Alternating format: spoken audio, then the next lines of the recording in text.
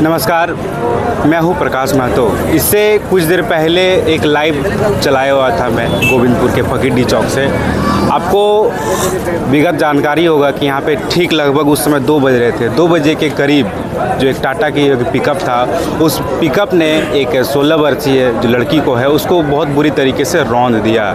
उस लड़की का नाम यहाँ के स्थानीय लोगों ने बताया मुस्कान है। उसके बाद धीरे धीरे ये जो जाम का जो सिलसिला है ये चलते रहा। जाम तो पहले 5 किलोमीटर तक लगा, फिर 6 किलोमीटर, फिर धीरे धीरे करते ये जाम 20 किलोमीटर तक बढ़ गया।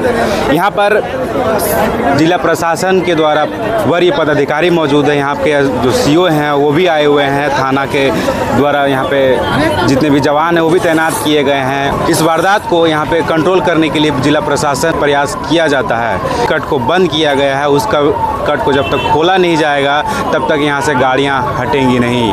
फिलहाल सीओ साहब यहाँ पे मौजूद हैं, लोगों से वार्ता कर रहे हैं। हम उनसे भी जुड़ेंगे और जानेंगे कि सीओ साहब लोगों से क्या कुछ वार्ता किए हैं और यहाँ लोगों का क्या कुछ मांग है। नहीं सर, आए दिन ये घटना हो रही है, कुछ लोगों की जाने जा रही है और हमें लगता है कि सप्ताह भर पहले कुछ लोगों की जाने गई हैं यहाँ पे, आज फिर वो एक्टिविटी हो रहा है। तो मैं ये कहना चाहूँगा कि आखिर आज इनकी जाने गई है तो हम लोग कुछ बोल रहे हैं, कल हम लोग जाएंगे कोई और बोलेगा। तो ये एक्टिविटी जो चल रहा है ये बिल्कुल गलत है और इसके लिए सॉल्यूशन है। कल हम लोगों के सीओ साहब थे और वरीय पदाधिकारी थे, उनके साथ मीटिंग हुई है ये हरदेव रामा स्मृति भवन में कि इस जाम को कैसे दूर किया जाए। तो मेरा सॉल्यूशन है कि without elevated bridge not possible to reduce the traffic jam without elevated bridge, so try to construct elevated bridge। निर्माण कीजिए एलिवेटेड ब्रिज का जो पिलर में बनेगा, दुकान भी रहेगा और ब्रिज भी चलेगा, बड़ी बड़ी गाड़ियां भी पार होगी, छोटी गाड़ियां भी पार होगी। किसी की जान अगर उसी दिन चली भी गई तो कोई रोक टोक ऐसा नहीं रहेगा। एक्सीडेंट अगर हो भी गया और होगा भी नहीं, अगर ऐसा होता है तो एक्सीडेंट नहीं होगा। यही एक सॉल्यूशन है। ये मैंने माधवी मिश्रा जो डिस्ट्रिक्ट कमिश्नर धनबाद की डीडीसी सादात अनवर, ये मैंने लिख करके दिया है, लेकिन काम नहीं हो रहा है। तो सर आप लोग भी इनिशिएटिव, आज आप लोग क्या कर रहे हैं? आप लोग, मेरा यही है कि आप एक NHI के अधिकारी गण आए और वो अपना एक्सप्लेनेशन दे यहाँ पे कि नहीं ये ब्रिज यहाँ पे ये एलिवेटेड ब्रिज बनना चाहिए, उसका पिलर का कहीं भी उद्घाटन कर दिए ताकि हम लोग को लगे कि काम होगा। इस तरह से आप लेट लपेट काम चल रहा है, लोगों की जाने जा रही है, ये बिल्कुल भी किसी भी पब्लिक के बचपन। हाँ, NH पे एक बच्ची का एक्सीडेंट हुआ 407 के चलते, जो फैटल हो चुका है, घटनास्थल पे ही मौत हो गया।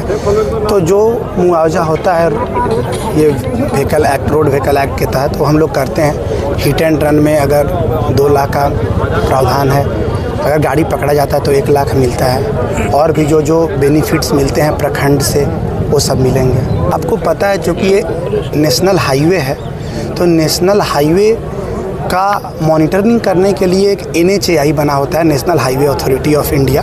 तो वही डिसाइड करते हैं कि नेशनल हाईवे में कहाँ पे कट खोलना है, कहाँ पे कट बंद करना है। और ये जहाँ तक ब्रिज का बात है, तो जहाँ तक मुझे नेशनल हाईवे के कर्मियों से पता चला है कि ये ब्रिज पास हो गया है और यार कोई प्रोसेस में है टेंडरिंग का। तो उसके बाद मैं NH के टच में रहता हूं, क्योंकि पहले भी यहाँ पे लोगों ने बात किया था कोई कट को खोलने के लिए, तो उसके लिए भी मैं उनसे बात किया था। तो लोग ला करके निरीक्षण भी किए थे और निरीक्षण करके उन्होंने देखा था, बोला था कि ये बेस्ट ओपनिंग है। और फिर भी अभी बात हुई है, अभी हमारी भी बात हुई है, ग्रामीण जनता की भी बात हुई है, वो आने को बोल रहे हैं कि आकर के अपना ओपनिंग का निरीक्षण करेंगे कि कहाँ पे ओपनिंग करने से या फिर बंद करने से जाम का समस्या और एक्सीडेंट का समस्या कम हो। ब्रिज का जो निर्माण का कार्य कितना दिनों तक ऐसे पेंडिंग रहेगा और कितने तो बनने की संभावना, क्योंकि तब तक जाने जा रही है लगातार? जैसा कि मैं आपको बता दिया हूं कि इसमें मॉनिटरिंग हम लोग नहीं कर पाते हैं, मॉनिटरिंग वहीं से होता है। तो NH के पदाधिकारी एग्जैक्ट बता पाएंगे स्थिति क्या है और कितना टाइम लगेगा। लोग तो ये भी कह रहे हैं कि हर बार दुर्घटना होता है लेकिन NH के पदाधिकारी नहीं आते हैं, जिला प्रशासन जैसे आप पहुँचे लेकिन वो लोग नहीं आते हैं। NH के ऑफिसर से आज तो बात हुई है, आज जो आएंगे वही अपना ओपनिंग देखने के लिए।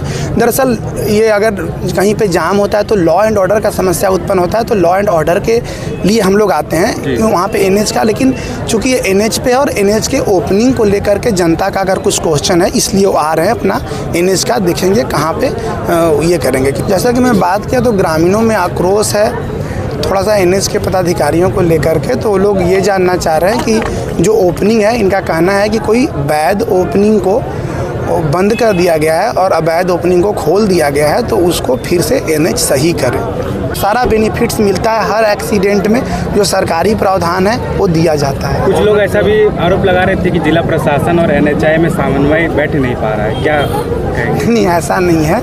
हम लोग का समन्वय बातचीत होते रहता है और वो आते हैं अपना ये करते हैं। बस वही एक बार देखना है कि वो ओपनिंग उनका कौन सा वैध है और अवैध है, तो हम लोग बस लीगल ओपनिंग ही खोल सकते हैं, इलीगल ओपनिंग को नहीं खोला जा सकता। फिलहाल मैं आपको एक बार बता देना चाहता हूँ कि लगभग 2 बजे से यहाँ का जो जाम है लगभग 20 किलोमीटर तक बढ़ चुका है और लोगों को काफ़ी परेशानी हो रही है। जो स्कूल के जो बस हैं वो भी बच्चे फंसे हुए हैं, लोग पैदल जा रहे हैं, आ रहे हैं। लगभग 3 घंटा होने चला है लेकिन अभी तक निष्कर्ष कोई निकला। और सबसे बड़ा सवाल ये उठता है कि एनएचआई के जो वरीय पदाधिकारी हैं वो भी अब तक घटनास्थल पर नहीं पहुंचे हैं। लोगों का एक ही मांग है कि जब तक एनएचआई के वरीय पदाधिकारी यहाँ पर नहीं आएंगे तब तक कोई वार्ता सफल नहीं होगी। फिलहाल आगे के अपडेट्स के लिए अब सिटी लाइव के साथ जुड़े रहें।